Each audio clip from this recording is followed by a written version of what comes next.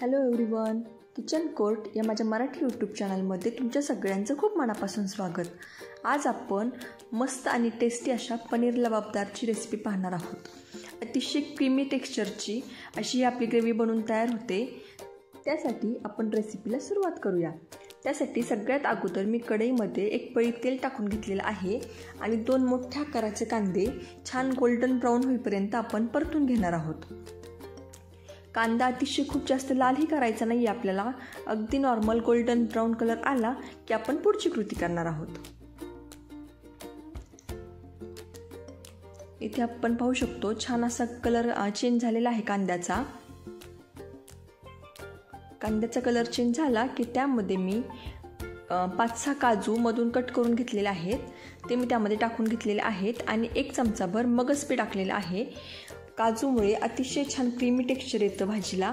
काजू आणि मगजबी दोन्हीमुळेही, पण मगजबी ऑप्शनल आहे. मगजबी अगदी कंपल्सरी घरात असतंच असं नाही, त्यामुळे मगजबी नाही घातलं तरी चालेल, पण काजू मात्र नक्की घाला, म्हणजे त्यामुळे अतिशय छान क्रीमी टेक्स्चर येतं. त्यानंतर मी 8 ते 10 लसूण पाकळ्या आणि अर्धा इंच आल्याचा तुकडा टाकलेला आहे आणि तेही अगदी 1 मिनिटभर हलकंसं लाल रंगावर भाजून घेतलेलं आहे. त्यानंतर 1 बेडगी मिरची आणि 1 मोठ्या आकाराचं टोमॅटो मीठ टाकून आपण पुन्हा एकदा मिक्स करून घेणार आहोत आणि त्यामध्ये पाणी घालून अगदी 5 मिनिटांसाठी आपण हे सगळं शिजवून घेणार आहोत.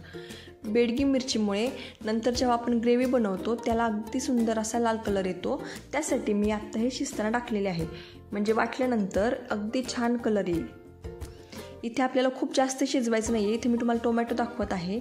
अतिशय कमी असं शिजलेलं आहे, खूप जास्त शिजलेलं नाही आहे.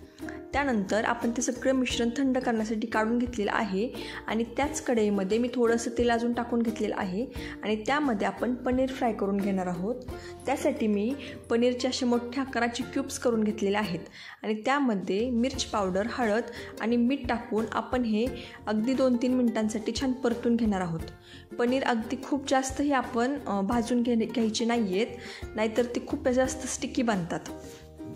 इथे आपण पाहू शकतो अतिशय सुंदर असा कलर आलेला आहे पनीरला आणि कोटिन अगदी छान असं बसलं हे आपल्याला जाणवलं की आपण हे काढून घेणार आहोत. इथे आपण पाहू शकतो अतिशय छान सेट झालेलं दिसत आहे कोटिन आपलं.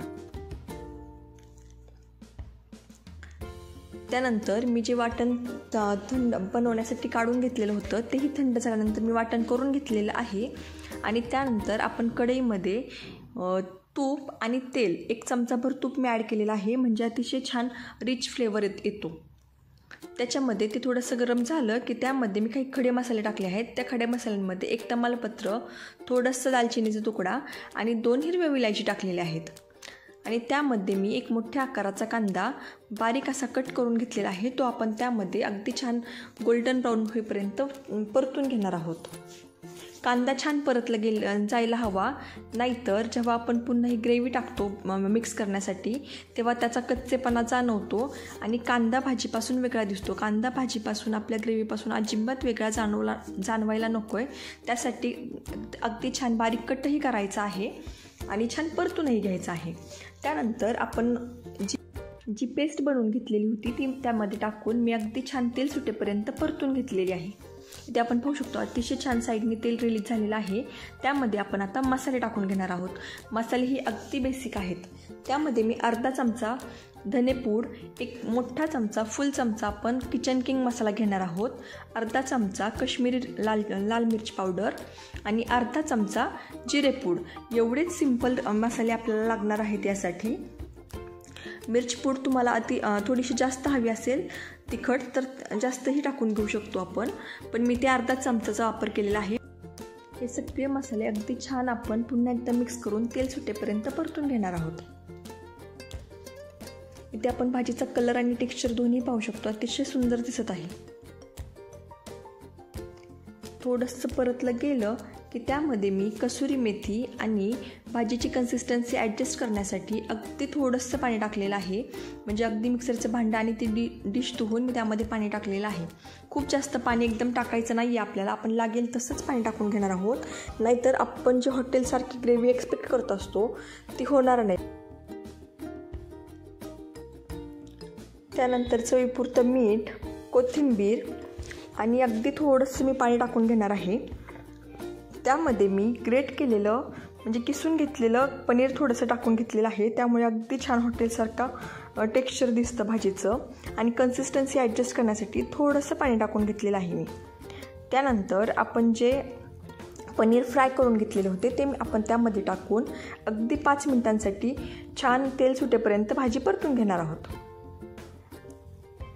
फ्रेंड्स, चॅनलला सबस्क्राईब केलं नसेल तर सबस्क्राईब करा, व्हिडिओ आवडला तर लाईक करा आणि शेअरही करा. अतिशय छान रिच आणि क्रीमी असा पनीर लबाबदार आपला तयार होतो. तुम्ही या पद्धतीने नक्की ट्राय करा. त्यानंतर हे सगळं मी छान शिजवून घेतल्यानंतर सगळ्यात शेवटी फ्रेश क्रीम टाकलेली आहे. ही आपली घरामध्ये जी साय असते तीच मी अगदी छान फेटून घेतलेली आहे आणि ती त्यामध्ये टाकून पुन्हा एकदा आपण 2-3 मिनिटं छान शिजवून घेणार आहोत. आणि एक अर्धा चमचा सगळे फ्लेवर्स मेंटेन करण्यासाठी अर्धा चमचा मी त्यामध्ये साखर टाकलेली आहे. अतिशय सुंदर आणि क्रीमी असं टेक्स्चर झालेलं आहे भाजीचं. इथे मी तुम्हाला दाखवत आहे, आपण पाहू शकतो. कलर ही अतिशय सुंदर दिसत आहे भाजीचा. त्यानंतर एक थोडंसं बटर टाकून सर्विंगसाठी आपली पनीर लबाबदारची रेसिपी बनवून तयार आहे.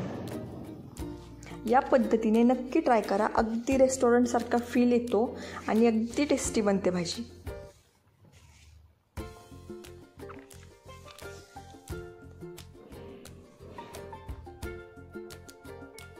पराठा, नान, चपाती अगदी कशासोबतही अतिशय सुंदर अशी लागते. पाहू शकतो आपण, अतिशय सुंदर दिसत आहे. Thank you so much.